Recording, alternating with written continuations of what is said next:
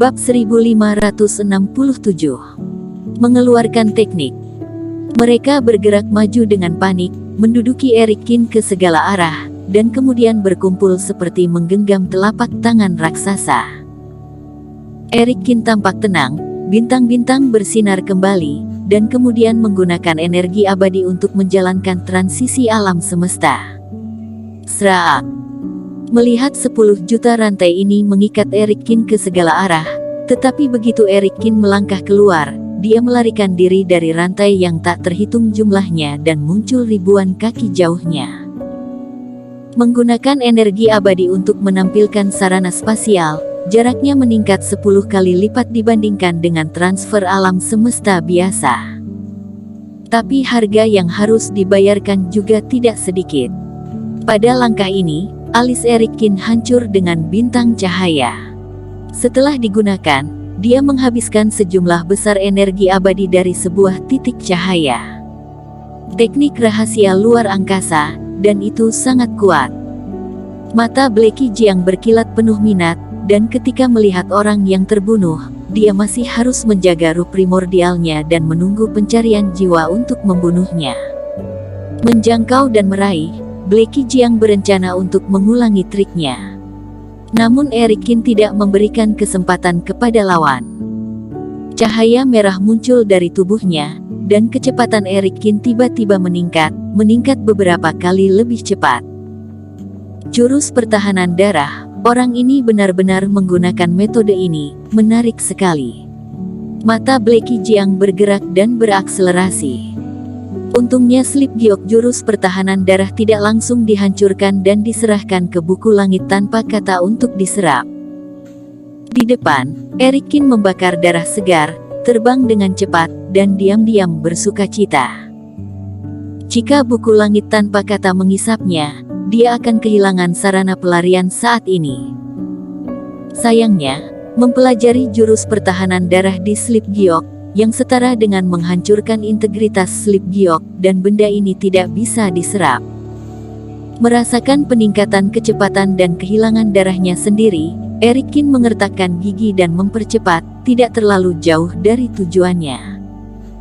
Orang-orang ini suka mengejar, jadi biarkan mereka mengejar sampai mati. Mata Erikin berkedip dengan dingin, dan 10 pedang berwarna darah di sekelilingnya mengalir dengan kilau aneh. Erikin. Sama seperti Erikin yang terbang melalui antah berantah, terlihat semakin banyak binatang buas di tanah di kedua sisinya. Dan sosok di depan juga terbang saat ini. Itu adalah Peli Wu. Mengapa kamu memprovokasi begitu banyak kultivator?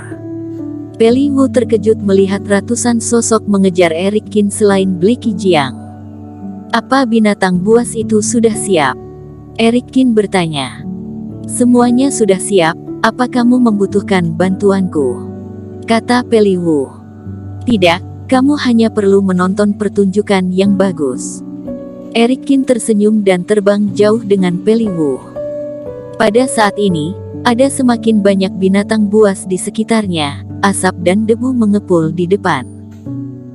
Beberapa pupet terbang di depan, dan ribuan binatang buas bergegas mengikuti di belakang. Melihat begitu banyak binatang buas, mengaum ke langit, menginjak-injak asap dan debu seperti naga raksasa, Peli Wu tidak bisa menahan perasaan sedikit kesal di dalam benaknya. Ini tidak diatur olehnya, tetapi binatang buas yang tertarik oleh pupet Erikin. Apa kamu ingin mengulangi trik yang sama? Peli Wu bertanya. Sebelum itu, dia telah melihat Erikin membunuh semua orang dari klan Yusa dengan binatang buas ini, jadi dia dengan cepat memikirkan kemungkinan ini. Tidak sesederhana itu. Orang-orang ini jauh lebih baik daripada klan Yusa. Kamu tidak bisa membunuh binatang buas ini sendirian. Erikin tersenyum sedikit, Peli Wu juga menjadi sedikit penasaran. Mungkinkah rencana Erikin terkait dengan terbongkarnya pedang dari 10 pembunuh energi pembunuh di sampingnya? Ingin menarik binatang buas untuk membunuhku. Di belakang, Blacky Jiang menepisnya. Ketika Erikin terbang, dia menaburkan berbagai bubuk untuk membuat binatang itu menghindar dan tidak berani menyerang. Tetapi di samping Blacky Jiang, seekor binatang bergegas untuk mengambil tindakan. Tapi tanpa kecuali, ketika badai di luar tubuh Blacky Jiang bergerak sedikit, binatang buas ini hancur menjadi lumpur. Ratusan kultivator berkumpul di belakang, dan mereka juga dalam keadaan kekerasan, tanpa banyak halangan di sepanjang jalan. Lihat, ada sekelompok binatang buas di depan. Pada saat ini, ketika melihat puluhan ribu binatang buas di depan pupet Eric Kin, ekspresi di wajah semua orang sedikit berubah. Apakah ini hantu orang ini, atau hanya tertangkap oleh monster gelombang? Semua orang tidak bisa memahami situasinya dengan pasti. Orang ini juga telah melakukan kontak dengan binatang itu. Seseorang berteriak. Eric Kin terbang di depan untuk melarikan diri, dan secara alami melakukan kontak dengan binatang buas ini terlebih dahulu. Tapi adegan berikutnya membuat semua orang tidak bisa percaya. Eric Kin tidak menghindar atau terbang tinggi, tetapi langsung bergegas masuk ke dalam kelompok binatang buas. Dan 10 pedang terbang melayang di sampingnya, kemanapun dia lewat, sekelompok binatang buas meraung dan jatuh. Dalam beberapa kedipan, binatang buas ini hancur berkeping-keping, dan setidaknya ratusan dari mereka mati. Tidak mungkin. Itu semua adalah pembunuh dalam fase transendensi. Dia dalam fase distraksi. Bagaimana dia bisa membunuh mereka begitu cepat?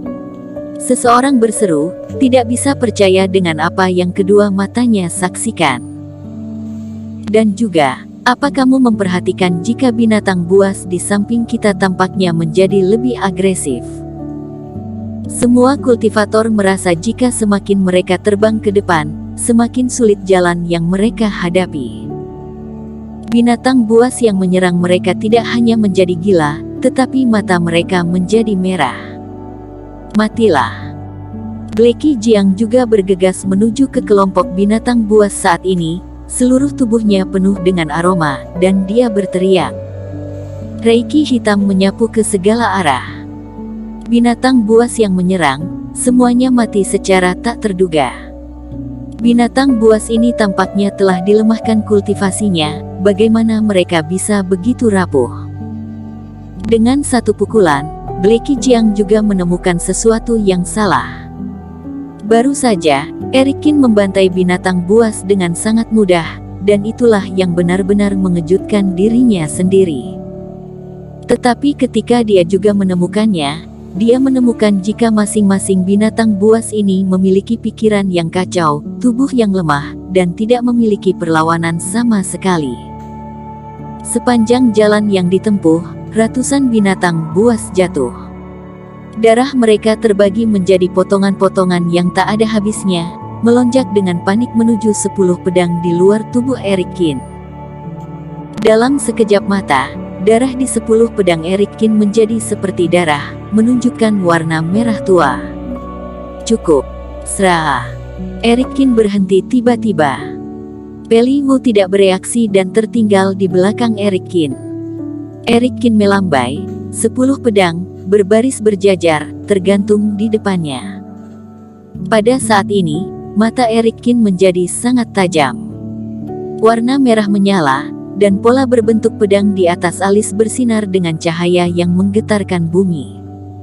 Merasakan bahaya, Blacky Jiang juga tiba-tiba melayang 100 meter jauhnya. Pedang pertama, buka. Eric Kin berteriak pelan dan mengulurkan tangannya untuk menekan pedang merah.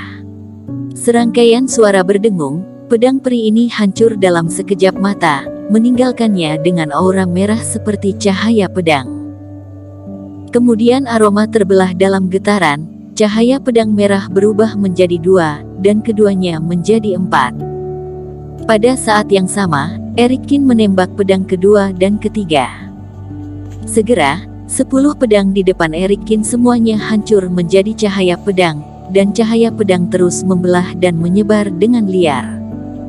100, 1000, 10.000. Ketika kecemerlangan merah tua ini mencapai 100.000 level, akhirnya berhenti. Pada saat ini, cahaya pedang di depan Erikin sudah menyebar ke seluruh dunia, meliputi ribuan mil jauhnya. Setiap cahaya pedang merah membawa kemarahan sengit yang menakutkan. Ini seperti Erikin bukan pedang ringan tapi hantu jahat. Jurus 13 tebasan. Sraa. Dengan setetes jari Erikin, 100.000 cahaya merah ini melayang dari ketinggian ke titik di mana pedang horizontal mengarah lurus, dengan ujung pedang yang tajam mengarah langsung ke Blacky Jiang dan yang lainnya. Bersambung.